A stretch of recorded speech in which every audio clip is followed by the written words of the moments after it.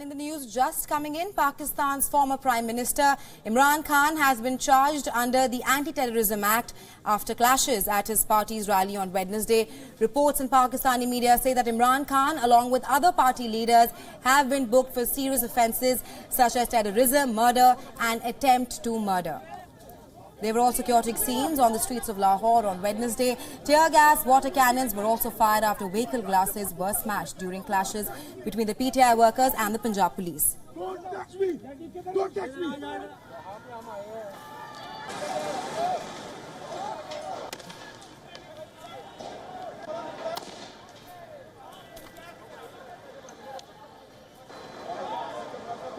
For more on this, we're now being joined by Mohammad Ahmed Pansota from Lahore. He's a political analyst and a commentator and also an advocate to the Supreme Court. Welcome to the broadcast, Mr. Pansota. Thank you. I want to first start by asking you that why do PTI workers always resort to violence on the road?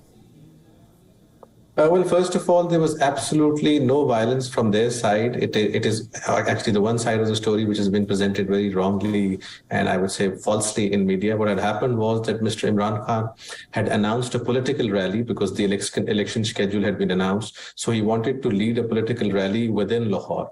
Just when they were about to start it, there was an imposition of Section 144 whereby you're not allowed to assemble. 3 or 4 people cannot, more than that, cannot assemble. So under the garb of 144, the police started stopping these protesters and the people who were part of the rally. So once they started doing that, of course, the gathering and the rally wanted to go forward. In doing so, police resorted to the use of threat, use of force, and they started beating the protesters. They also smashed all the vehicles which were there in the vicinity. So it all started from the police's side. In fact, there is no evidence of the protesters beating the police or any other state institution for that matter. So in the end, what had happened was that PTI lost one of its very important protesters, somebody who has been with PTI for a long, long time. And apparently there is news that another person has also expired. So it was completely one-sided, and state had resorted to the worst form of terrorism that one can even think of. And in the end, instead of an FIR being registered from that person's side, his father, the FIR was registered on PTI workers, which includes Imran Khan as well. And the allegations included allegations of terrorism as well. And mind you, as far as terrorism is concerned, the courts in Pakistan are very, very clear that terrorism can only be used in a case which involves actual terrorism incident. It cannot be used for politically motivated cases, or any case that involves a politician or any brawl or any personal fight or anything of this sort would have happened. So I believe it is completely use of brute force by the state, and that too in complete violation of all the law, in particular the Constitution of Pakistan. All right. With Pakistan former Prime Minister Imran Khan being charged under the Anti-Terrorism Act, I want to ask you, what is the PTI's plan going forward at the moment? Well, to be honest, this is not the first time that he's been charged with such a politically motivated case, or a case which is purely, it can be turned nothing but mala fide. So we plan to challenge that in court. And previously, there was another FIR which was registered under the Anti-Terrorism Code when Prime Minister Mr. Imran Khan had spoken about a judge. That was also quashed. So we expect that this FIR is also expected to be quashed.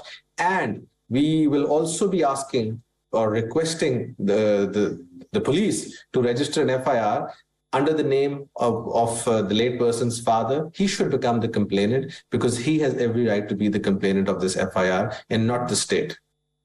Right. My last question to you. Now, it seems like former Pakistan Prime Minister Imran Khan is surrounded by multiple crises at the moment. There's legislative, political, and now also an anti-terrorism charge. What lies ahead for Imran Khan? Well, I think that at the moment, state and in particular government of Punjab at the moment is trying its level best to frame whatever possible charge they can against the ex-Prime Minister. And in doing so, of course, he's got several difficulties. One of the difficulties being PEMRA's ban. I just argued the case a while ago and the judgment has been reserved. So such issues are going to crop up again and again, but Imran Khan is prepared for it. In fact, he had made a statement that already about 78 cases have been registered and he's 22 short of scoring a century, and he's been scoring centuries in cricket as well. So let's say he's going to face all of this here in Pakistan as well. Thank you, Mr. Pansota, for sharing your insights with us. Thank you very much.